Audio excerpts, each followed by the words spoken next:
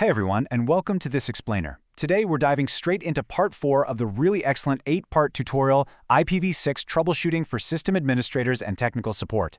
This was put together by Virtualization Options LLC, which is a great technology research, education, and advisory group based out of Colorado. Now, if you're a sysadmin or working in tech support, and you already know your way around an IPv4 network, you're probably helping your company migrate to IPv6 right now. And if so, you've definitely realized that IPv6 is not just IPv4 with some extra digits bolted on, it's a fundamentally different beast.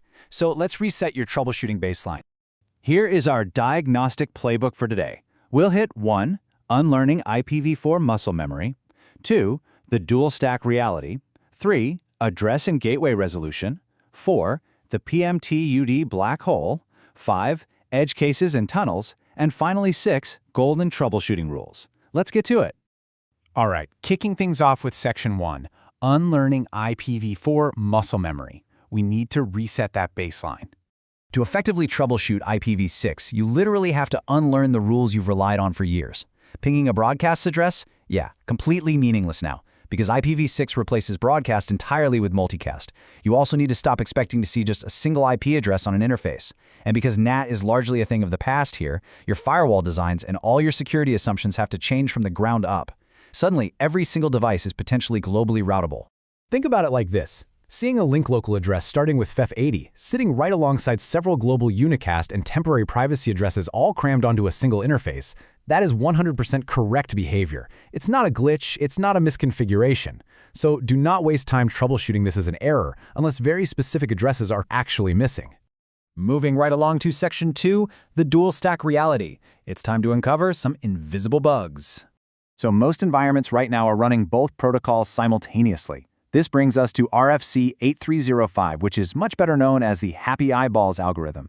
This algorithm is the exact reason why a broken IPv6 path usually just causes super slow page loads and annoying intermittent stalling rather than throwing a clear connection error. You see, the browser actually prefers IPv6 and races it against IPv4, but it gives it a 250 millisecond head start. If your IPv6 path is broken, every single connection you make incurs that painful latency penalty before finally falling back to IPv4. And this leads us to a really dangerous diagnostic trap. A connection that looks like it's working just fine to the end user might actually be silently failing on one of those stacks. So the big takeaway here, you absolutely must test both stacks independently. Use explicit tools like curl-6 and curl-4 to isolate exactly which protocol is failing before you make any assumptions about your network's health. Okay, Section 3, Address and Gateway Resolution and how to find the culprits. In the IPv6 world, when an interface spins up, it does a quick check called DAD, Duplicate Address Detection. If an interface shows an address status as DAD failed and it won't connect, it means a conflict popped up or the detection process was somehow interrupted. Usually one of these 4 culprits is to blame. You've got duplicate MAC addresses from hastily cloned virtual machines, some rogue device answering on the segment, or maybe overzealous security features like port security or an RA guard misconfiguration are actively blocking your DAD packets. On top of that, the whole process of how devices actually find their gateway is completely different now. Back in IPv4, we just relied on trusty DHCP leases. But in IPv6, hosts depend on periodic router advertisements, or RAs, to keep their default route alive. If those router advertisements get blocked by a switch, or if they show up with a lifetime of 0, the host will simply and silently drop its default route to the internet. Boom, disconnected. And there's no explicit DHCP gateway renewal coming to save the day here. Which brings us to Section 4, the PMTUD black hole, literally where large packets go to die. Oh man, this is a classic, absolutely maddening symptom for sysadmins. Have you ever seen a situation where small packets like simple pings succeed flawlessly because they fit perfectly within the link MTU, but any large transfers like SSH sessions, file copies, or pulling up an HTTPS web page just perpetually stall out right after the TCP handshake? If so, congratulations, you've found a confirmed Path MTU Discovery or PMTUD black hole. So, why on earth does this black hole happen? Well, in IPv6, routers flat out refuse to fragment packets for you. Actually, instead of fragmenting, they just drop the oversized packet and fire an ICMP v6 packet too big message back to the sender. To cure this black hole, you have to explicitly permit these specific ICMP-v6 messages, especially type 2, inbound on absolutely every single firewall in your path. If you block type 2, the connection just hangs there forever. Next up, Section 5, Edge Cases and Tunnels. There are a lot of nasty surprises hiding in here. Let's say you have an IPv6-only client trying to hit an IPv4-only server. You're going to rely on a clever combo of NAT64 and DNS64. DNS64 synthesizes an IPv6 address out of thin air, and NAT64 translates the traffic at the gateway.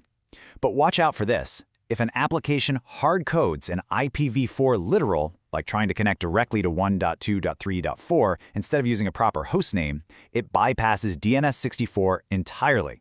That completely breaks the NAT64 process and just hands you a timeout. And don't even get me started on virtual private networks. VPNs are a massive headache here because they create severe blind spots. They can either leak your real IPv6 traffic directly out to the internet, totally bypassing your corporate security policies, or on the flip side, legacy IPsec clients might just block IPv6 traffic altogether because they don't know how to tunnel it. Plus, if your VPN pushes the wrong internal DNS server, your users are going to get bad AAA records. This makes explicit split DNS configuration absolutely critical, especially for your remote workers. Finally, we've arrived at Section 6, our golden troubleshooting rules. These are non-negotiable. Rule number 1, never, ever block ICMPv6 entirely. It breaks fundamental network operations. 2, remember that Neighbor Discovery Protocol entirely replaces ARP, so you need to familiarize yourself with the new command line tools to view the neighbor cache.